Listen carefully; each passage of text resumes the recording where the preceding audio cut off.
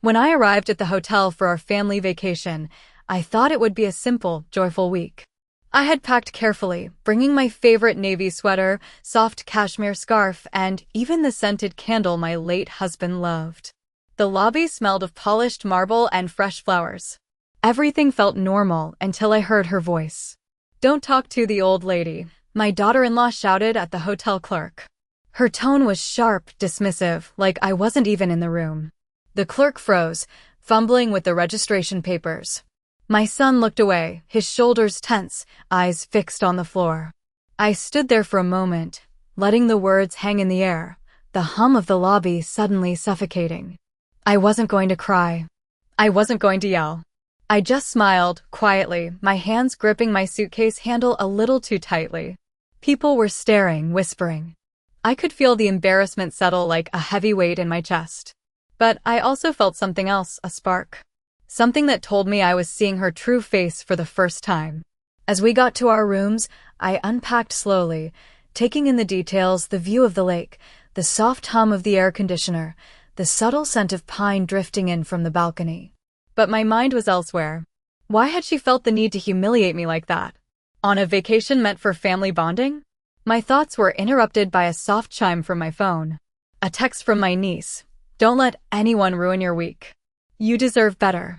I read it twice, feeling a small comfort and a tiny plan starting to form in my mind. That evening, as we walked to the hotel restaurant, I kept noticing the way she looked at me, sharp, calculating, measuring. I realized then, this wasn't just about a moment of rudeness. She had been testing me, pushing boundaries, seeing how much control she could assert. I remembered all the small moments at family gatherings over the years, the subtle ways she had undermined me, made me feel invisible. It all started clicking into place. And in that moment, I made a silent promise. I wouldn't let this go. I wouldn't react with anger, but with precision. I would show her that patience and calm could be far more powerful than yelling. And maybe, just maybe, by the end of this week, she would see that the old lady wasn't so easily dismissed after all. The next morning, I woke to the quiet hum of the air conditioner and the faint light of the lake glinting on the window pane. My suitcase was neatly tucked into the corner, and the scent of coffee from the lobby drifted faintly through the open balcony doors. I sipped the lukewarm coffee from the hotel room mug and tried to shake off the unease that had settled over me the day before.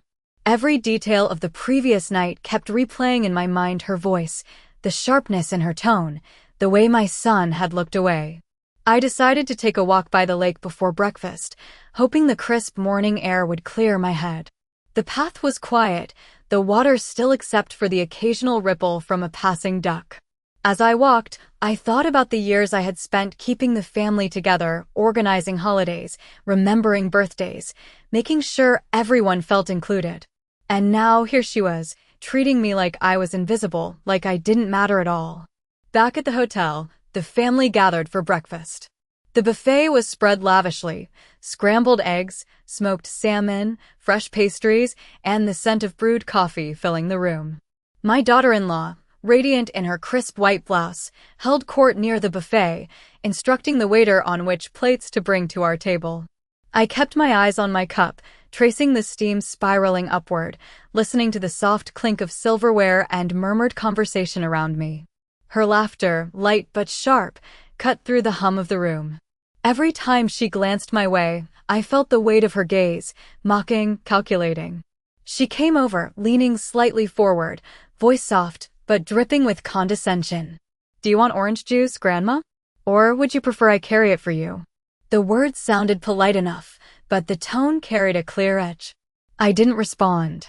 I let her gestures hang in the air unacknowledged.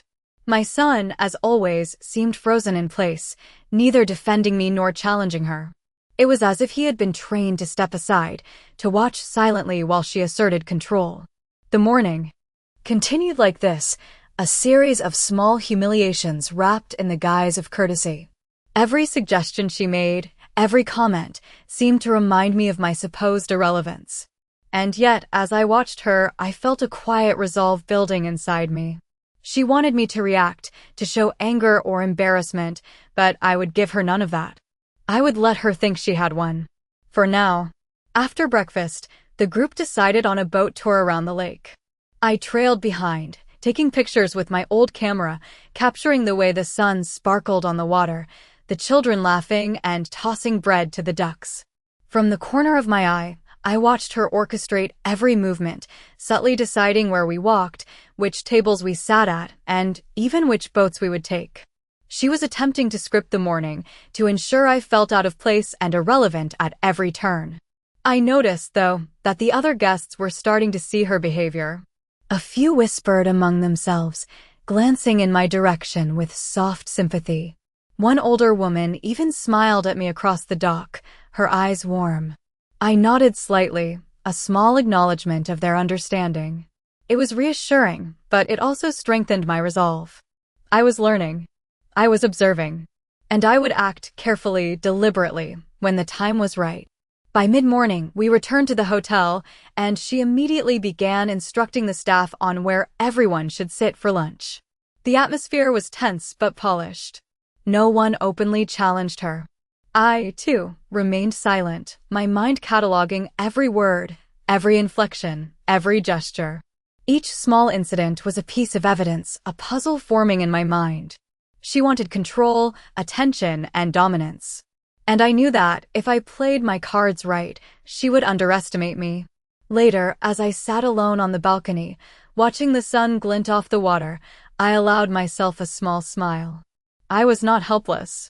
I would not be humiliated. I would remain calm, keep my dignity intact, and wait.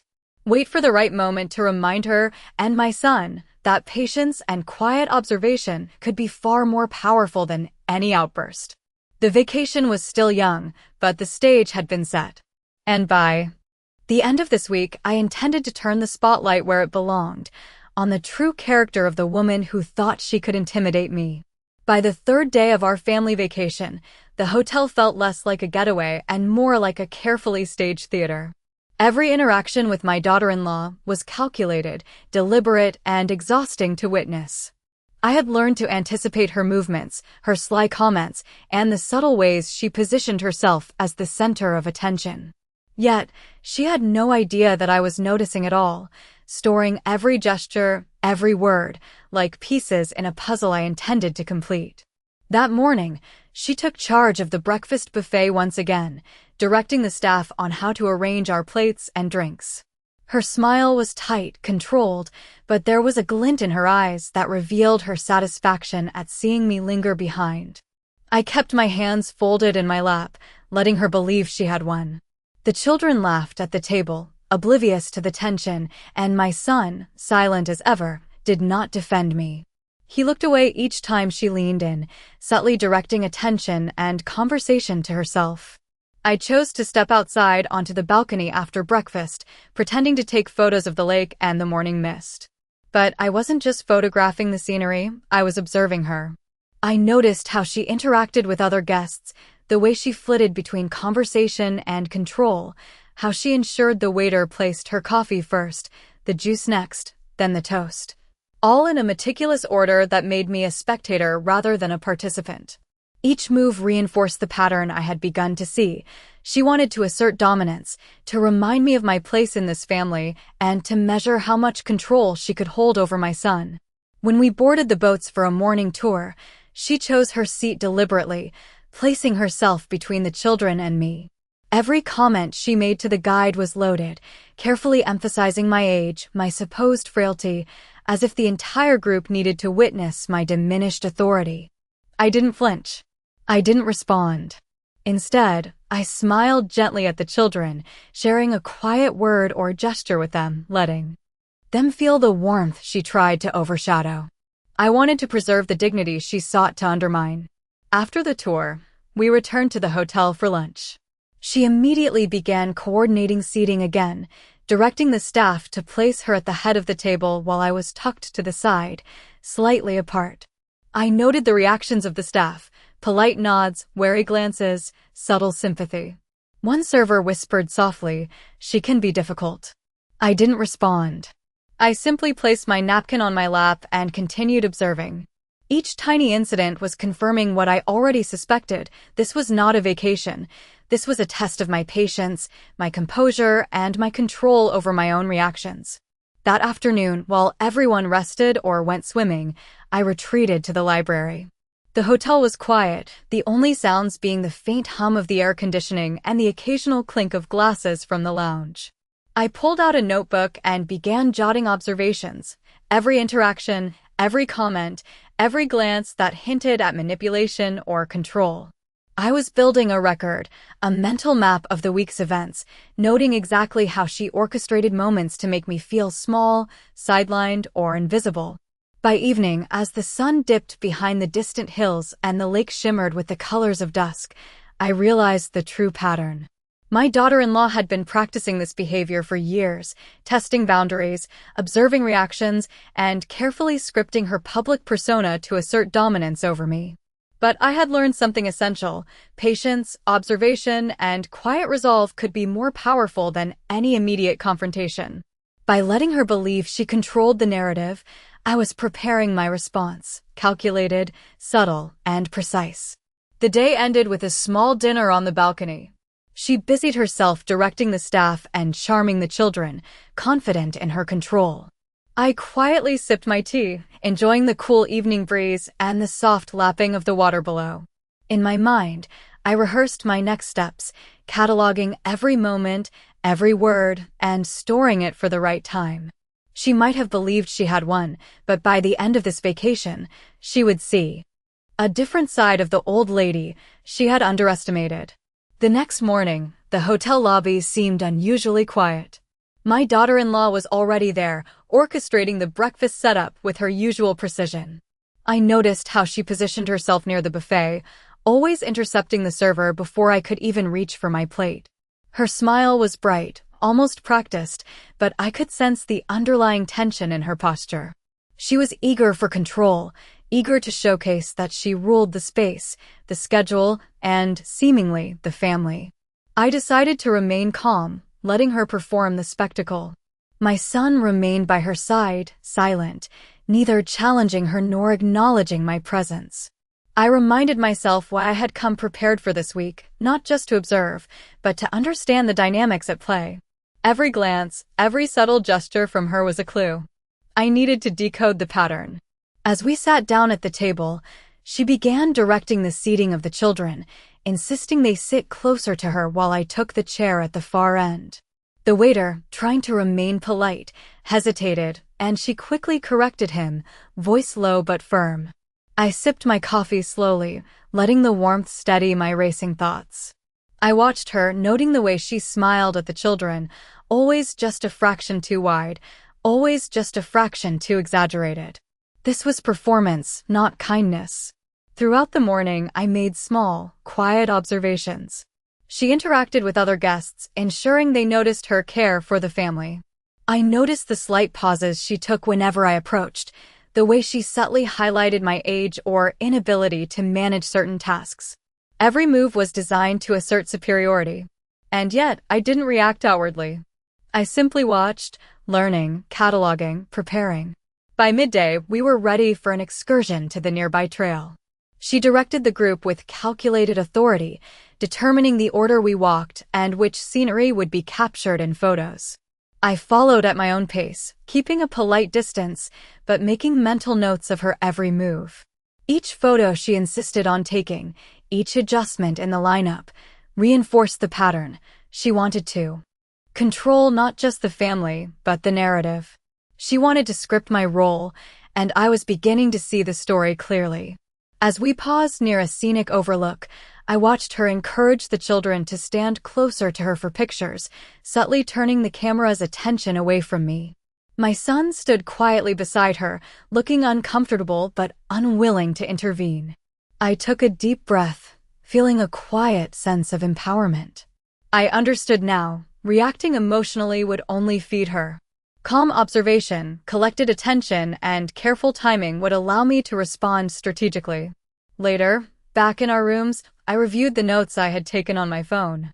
Each small incident, from breakfast seating to photo manipulation, fit into a larger pattern. I realized her objective was clear. She wanted me invisible, irrelevant, and at the mercy of the family's perception. The thought could have been crushing, but instead, I felt a strange clarity. For the first time, I wasn't just enduring, I was planning. That evening, while the family gathered in the lounge for cocktails, I positioned myself near the window, quietly observing. The sun dipped below the lake's horizon, casting a golden glow across the room. She continued her performance, charming the children, instructing the staff, and asserting dominance over every small detail. I sipped my tea and allowed a faint, almost imperceptible smile. She thought she had won. She thought her control was absolute.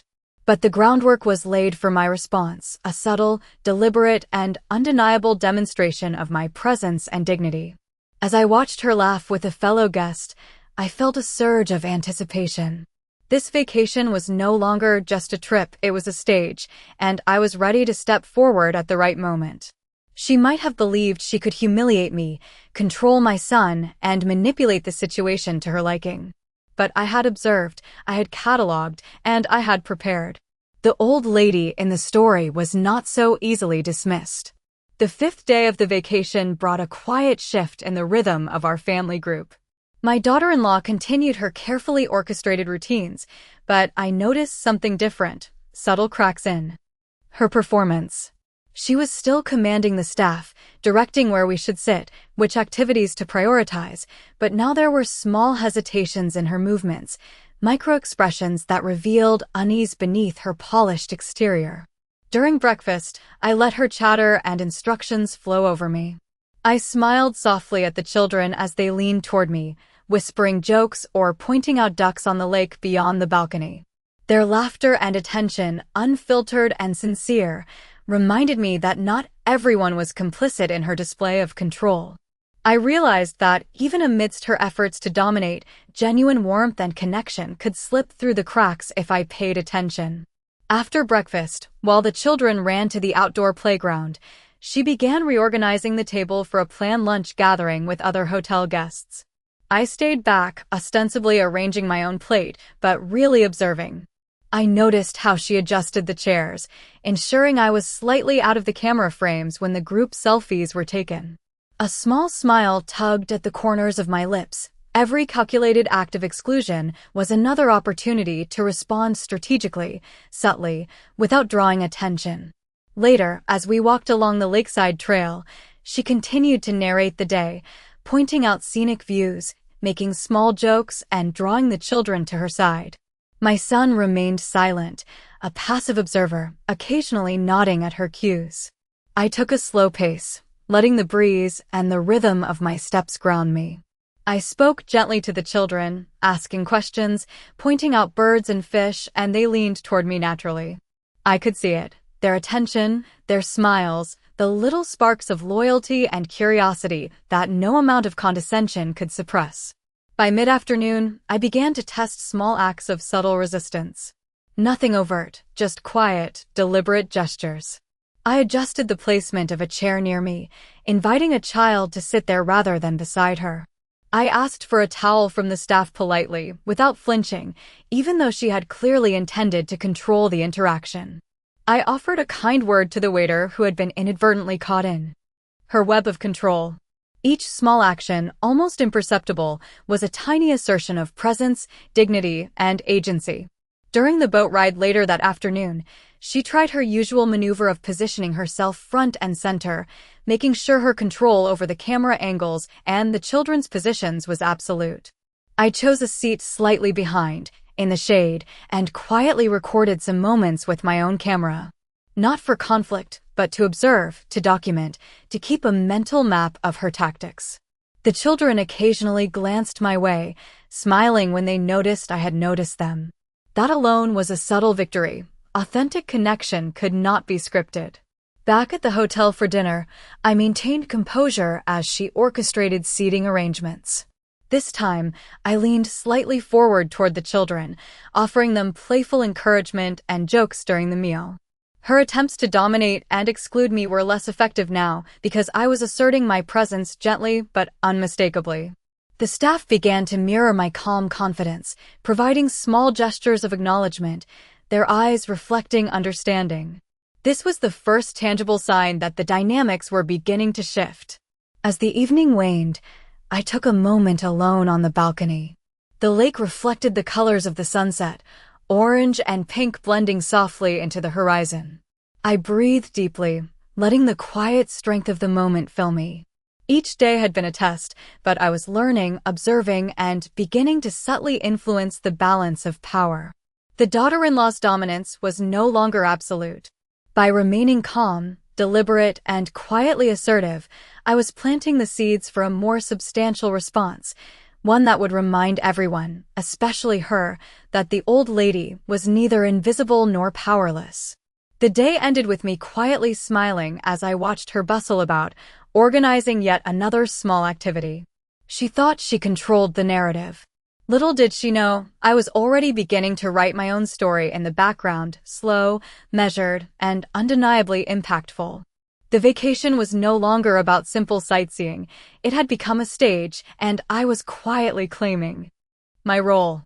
The sixth day of our vacation began with a quiet tension that hung over the hotel like a thin fog. I could sense it before even stepping into the lobby, the subtle shift in energy, the way the staff glanced at me with newfound respect, and even the children, who seemed more at ease near me. My daughter-in-law, ever the orchestrator, was already in motion, giving instructions with her usual precision. But something had changed. She was slightly more cautious now, her movements less fluid, her smiles a fraction tighter. I chose to remain observant. My coffee in hand, I leaned against the railing near the breakfast buffet, noting how she directed the waiter to place plates and drinks. I could see the careful calculations in her gestures, but I also noticed the slight hesitation when she realized I wasn't reacting to her performance. I stayed calm, letting my quiet composure speak louder than any words could. Each glance I offered to the children and the staff was deliberate, an unspoken reminder that I was present, watching, and aware. After breakfast, the family decided to explore the small town near the lake. I walked alongside the children, allowing them to talk freely, to ask questions about the local shops, the wildlife, and the lake itself. My daughter-in-law tried to draw them away, subtly redirecting the conversation to her own stories and commentary, but the children, perhaps sensing my patience and calm, responded to me naturally. I could see the subtle frustration flicker across her face, almost imperceptible, but unmistakable. It was the first real sign that my quiet influence was beginning to counterbalance her control. During lunch at a local cafe, she attempted the same tactics as before, positioning herself as the center of attention, instructing the staff on how the table should be arranged, speaking for the children, and carefully managing the flow of conversation. I allowed her to proceed, smiling politely and engaging the children with gentle questions, anecdotes, and small gestures of attention. Slowly, the tide was shifting. They leaned toward me, laughed at my comments, and for a few fleeting moments, her orchestrated dominance lost its grip. Returning to the hotel in the afternoon, I noticed how she carefully monitored my movements. She tried to anticipate my next step, subtly adjusting her own actions to stay ahead. But by now, I had begun to employ small, deliberate disruptions, nothing overt, just quiet interventions.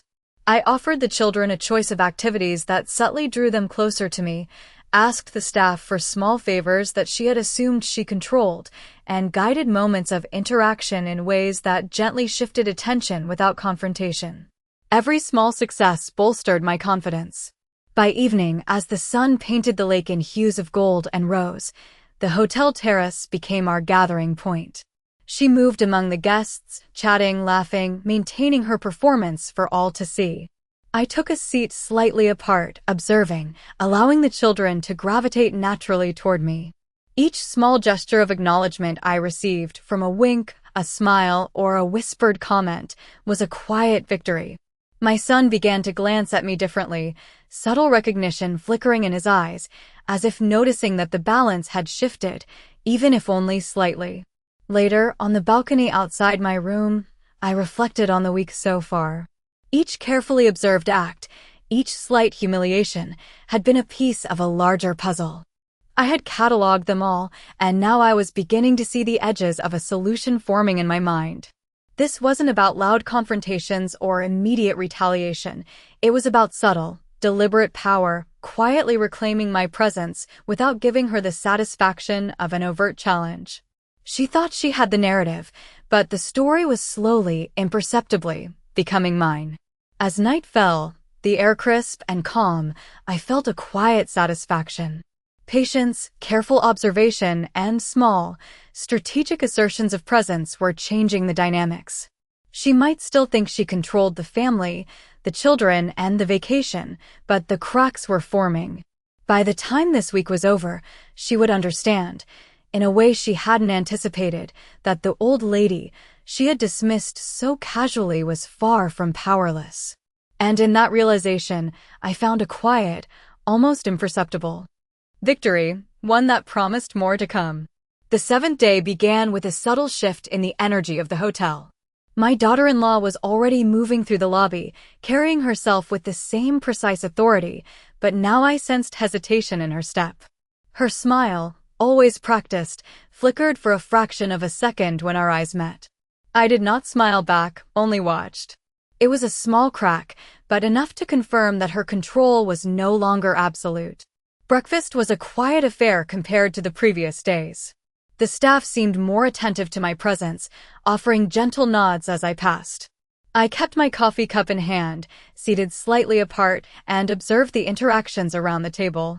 The children, as always, were drawn to authenticity. They laughed at my small jokes and leaned toward me when I asked questions about their plans for the day. Her attempts to dominate the conversation were met with subtle deflections. Conversations naturally gravitated toward me despite her intentions. After breakfast, we prepared for a hike along the trail that followed the shoreline. I walked slightly ahead, camera in hand, ostensibly photographing the scenery, but actually cataloging interactions. Each glance from her, each attempt to redirect attention, was noted silently. My son followed, quiet, a shadow in the background.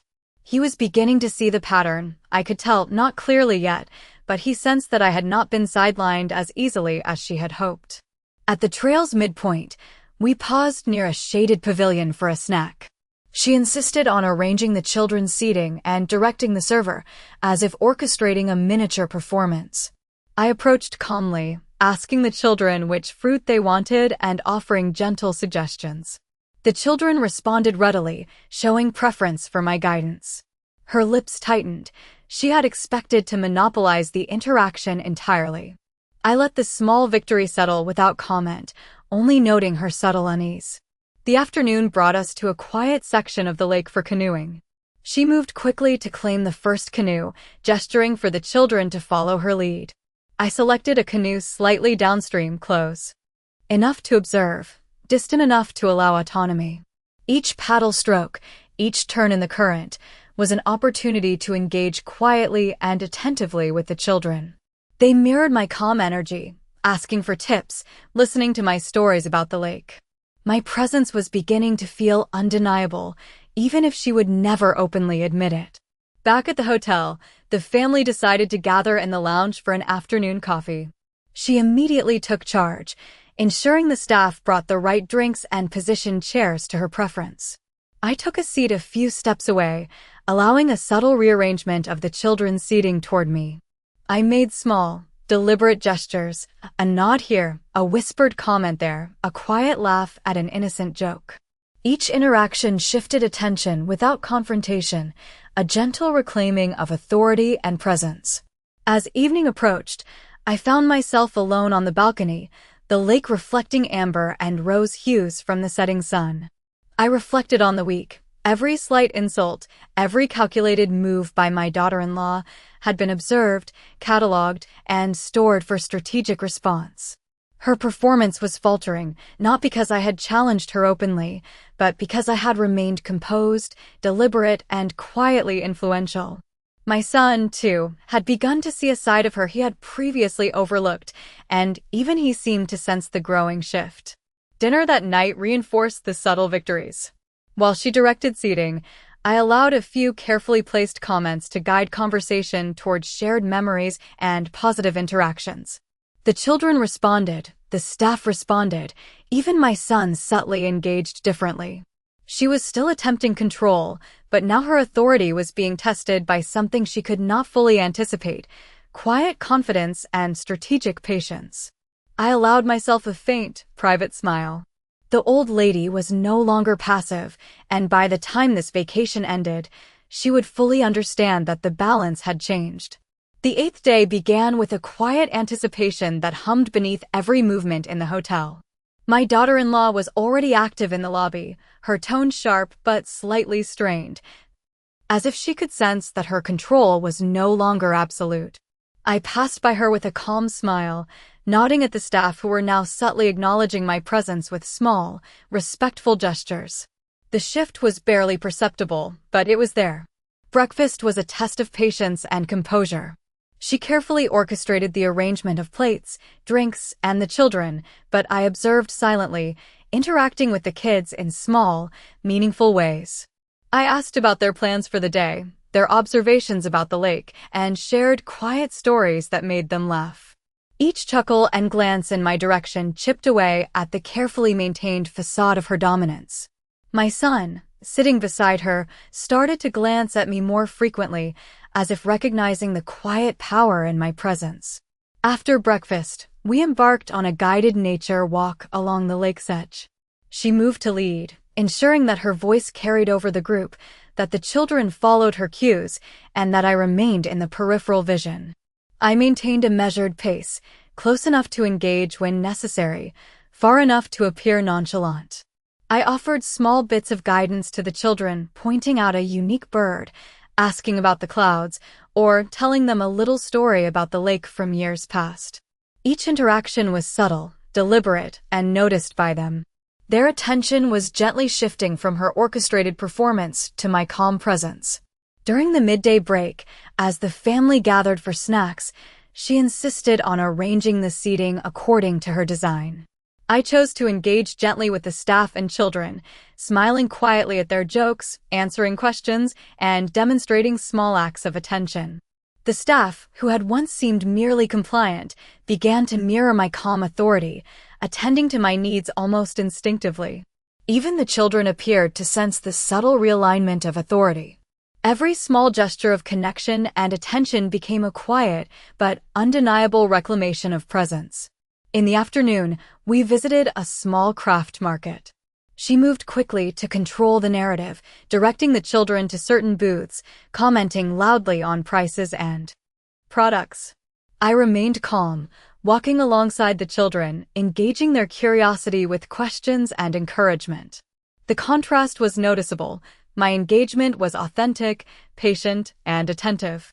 Hers was calculated, controlling, and slightly anxious now. I watched the subtle tension build in her expression as she realized that the children were responding to me instead of following her carefully scripted guidance. Returning to the hotel in the early evening, she attempted to regain her usual dominance during the family dinner. I remained composed, engaging quietly but meaningfully with the children and staff. Each moment of attentiveness, each gentle correction or encouragement, reinforced the subtle shift in dynamics. The children's laughter, now directed more toward me, and the staff's nuanced gestures of recognition indicated that influence was beginning to tilt. Later, standing on the balcony overlooking the lake as the sun set, I reflected on the week's developments. I had observed, cataloged, and subtly countered every attempt at manipulation and humiliation.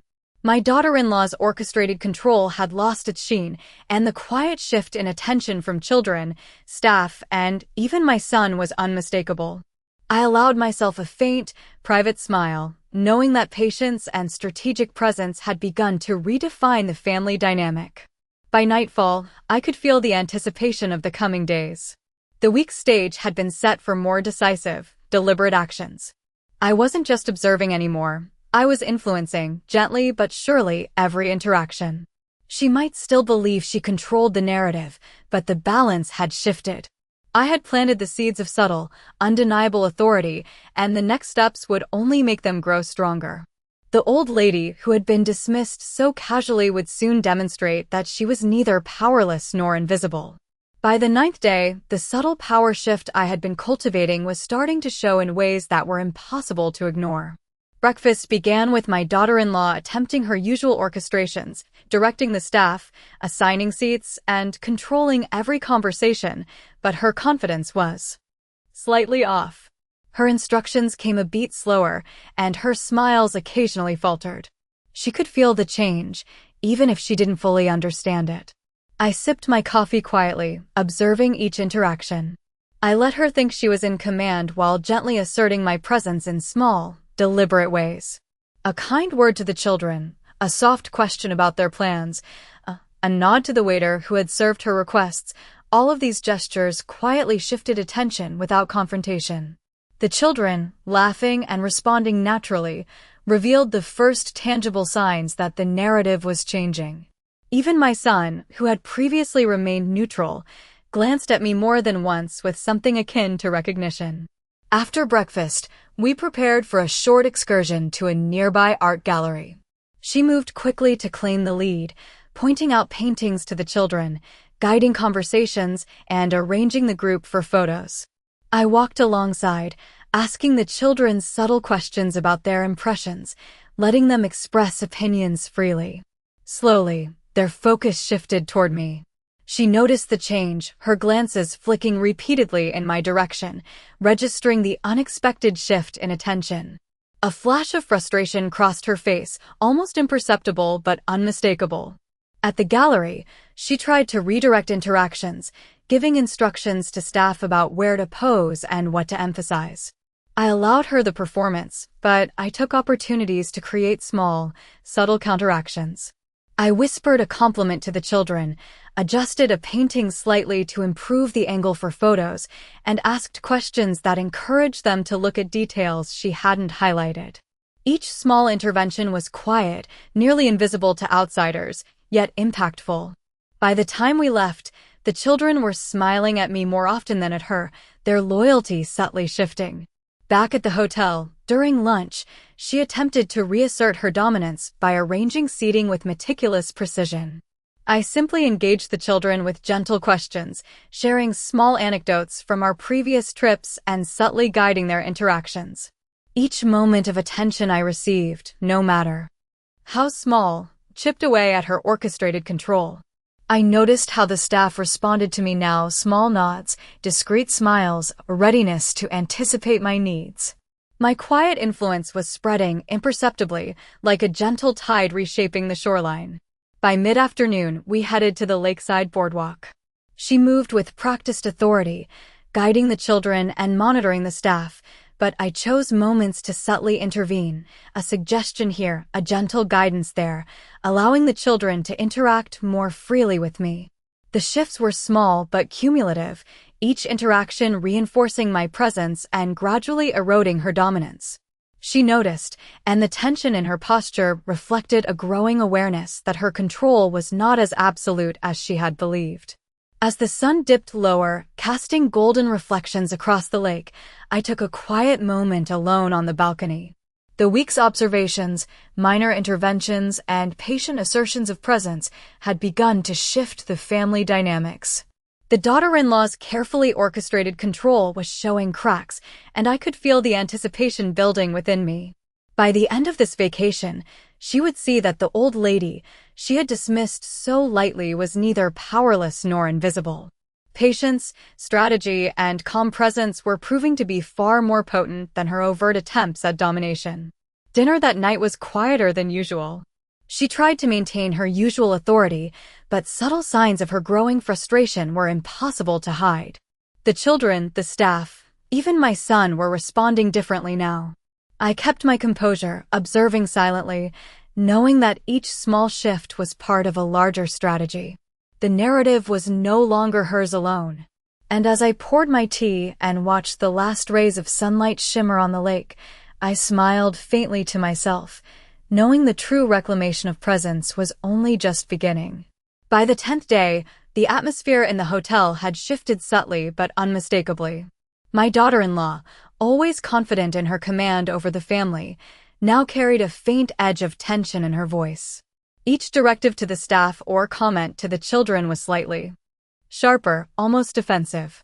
I noticed, quietly observing, that the children were leaning toward me more naturally, responding to my calm presence, my questions, and the gentle humor I sprinkled into the conversations. Breakfast was a quiet battlefield. She attempted to control seating, buffet orders, and conversation, but I responded with a series of subtle interventions. A small nod toward the waiter, a whispered question to the children, a gentle comment about a view outside the window. All these tiny acts were not confrontational, but they drew attention in ways she could not anticipate. I could feel her noticing, the way her eyes flicked toward me with barely concealed frustration. After breakfast, we prepared for a guided boat tour of the lake.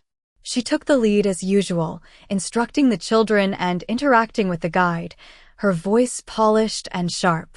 I followed at a measured pace, engaging with the children quietly, asking them questions about what they saw, encouraging them to notice details she had overlooked. Their laughter and attention flowed naturally toward me. She tried to redirect, but the subtle shift in their focus was already evident, and her tight smile faltered for a brief moment. On the boat, as the water reflected the morning sun, I observed her interactions with the staff and children. Her movements were by the 11th day of our family vacation. The subtle shift I had cultivated over the past week was now clearly visible.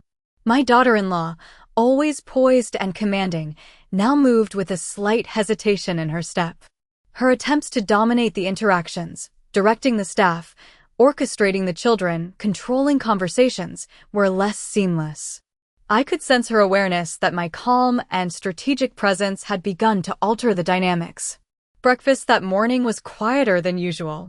She tried to assign seating with authority, but I subtly guided the children to my side with small, warm gestures, offering questions about the view outside, sharing a light-hearted story from the previous day. Their attention shifted naturally. Even the staff seemed to respond more readily to my polite inquiries and gentle guidance, reinforcing the quiet authority I was asserting.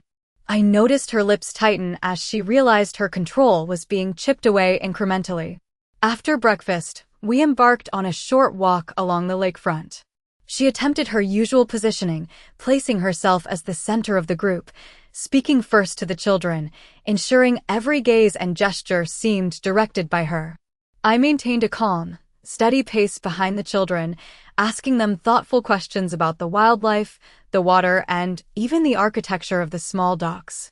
Their focus increasingly shifted toward me, their laughter and attention subtly bypassing her attempts to control the narrative. She noticed this, and the faint flicker of frustration crossed her face more often now. Mid-morning brought a visit to a small art gallery near the lake. She moved quickly to the front, guiding the children and narrating her interpretations of the paintings. I followed, quietly offering my own perspectives and observations, engaging the children in ways that encouraged them to think and speak freely. Their responses were natural and enthusiastic, drawing the attention of other guests and staff. I noticed her posture stiffen, a subtle sign that she was starting to feel the loss of unchallenged control. By lunch, the tension had become palpable. She attempted to regain dominance by orchestrating seating and conversation, but I subtly intervened with polite requests and small interactions that drew the children and even the staff toward me. Each gentle smile, each engaged question, each authentic gesture chipped away at her orchestrated performance. I could see the realization dawning in her eyes. She could no longer dictate attention with ease. The afternoon was spent in a guided canoe trip across the lake. She positioned herself at the bow, directing the children and speaking to the guide, but I followed slightly behind, giving the children quiet tips and guidance. They responded with curiosity and laughter, naturally gravitating toward my calm, attentive presence. Every small interaction demonstrated my subtle reclamation of influence, and she began to show signs of impatience, glancing toward me more frequently, her confident smile waning. Back at the hotel, dinner was served on the terrace. She attempted her usual dominance, arranging the tables and dictating interactions. I quietly engaged with the children and staff, creating small moments of connection that visibly undermined her control. The children's smiles, attention, and laughter now leaned toward me more than her orchestrated efforts, and even my son's subtle glances reflected an acknowledgement of the shift in authority. As the night settled over the lake, I retreated to the balcony alone, observing the final rays of the sun dancing on the water. The week's observations, small interventions, and patient assertions had altered the family dynamic. My daughter-in-law's dominance was faltering, and I could feel the anticipation building for the final act of subtle, but undeniable reclamation. Patience, quiet strategy, and deliberate presence had prepared me for the moments ahead.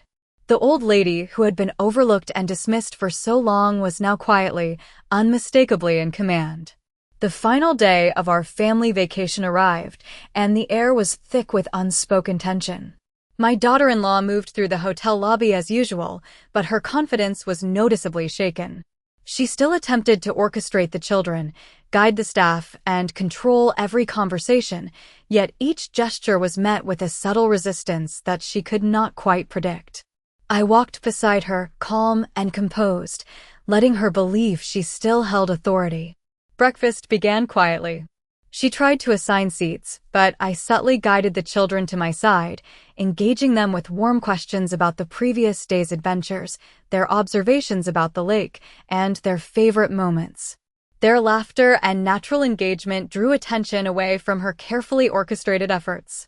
I could see her lips tighten as she recognized that her influence had weakened, her control no longer absolute. After breakfast, we headed to the last excursion of the week, a guided nature hike along the forested path by the lake. She positioned herself in front, directing the children, offering explanations to the guide, and attempting to dominate the conversation. I stayed slightly behind, calmly observing while interacting quietly with the children, asking questions about the plants, the birds, and the changing light through the trees. Their attention shifted naturally toward me, and she noticed it. Her controlled smile flickered, just briefly, but enough to reveal her frustration. Midway through the hike, a small incident highlighted the shift more clearly. One of the children tripped over a tree root, and I reached out immediately, steadying him. My daughter-in-law moved to intervene, but the child had already turned to me for reassurance, clinging slightly to my arm. In that moment, the subtle but unmistakable authority I had cultivated over the week became visible. I did not gloat, I did not raise my voice, I simply guided him back to balance, offering a gentle smile. Her surprise was evident. She had expected control in every interaction, but now she was forced to watch as it naturally bypassed her. Returning to the hotel, we gathered for a small farewell lunch. She attempted to direct seating, conversations, and even the placement of the children, but I quietly intervened in minor ways, offering the children a choice of seats, engaging staff with polite, attentive questions, sharing small personal anecdotes that drew smiles and nods. Each subtle action reinforced the shift in attention, demonstrating that control could be reclaimed with calm patience rather than confrontation. By late afternoon, the hotel staff, the children, and even my son responded differently to me. Their eyes and small gestures acknowledged my presence, a quiet but powerful recognition of the authority I had earned. My daughter-in-law, once confident and commanding, now moved with a careful, restrained energy. She was aware, consciously or not, that the balance had shifted, and her usual methods no longer commanded the influence she expected. As evening descended and the sun cast its last glow over the lake, I found myself on the balcony overlooking the water. The week's experiences, the careful observations, the subtle interventions, and the quiet patience had culminated in a reclamation of presence and dignity. I reflected on each small victory, the children's laughter directed toward me, the staff's subtle acknowledgement, the fleeting hesitation in my daughter-in-law's gestures. Each moment confirmed the truth I had known all along. I was neither invisible nor powerless. That night, as we packed and prepared to leave, I felt a profound sense of closure. My daughter-in-law might still attempt to assert dominance in future events, but she would never again underestimate me. The vacation had been more than a trip. It had been a demonstration of patience, observation, and subtle, deliberate influence. I had reclaimed my place, quietly, with dignity intact, and in doing so, I had shown that power often lies not in loud assertions, but in calm presence and careful strategy. The lake shimmered under the setting sun, and I smiled softly to myself. This week had been a test of patience, composure, and quiet resilience. And I had passed.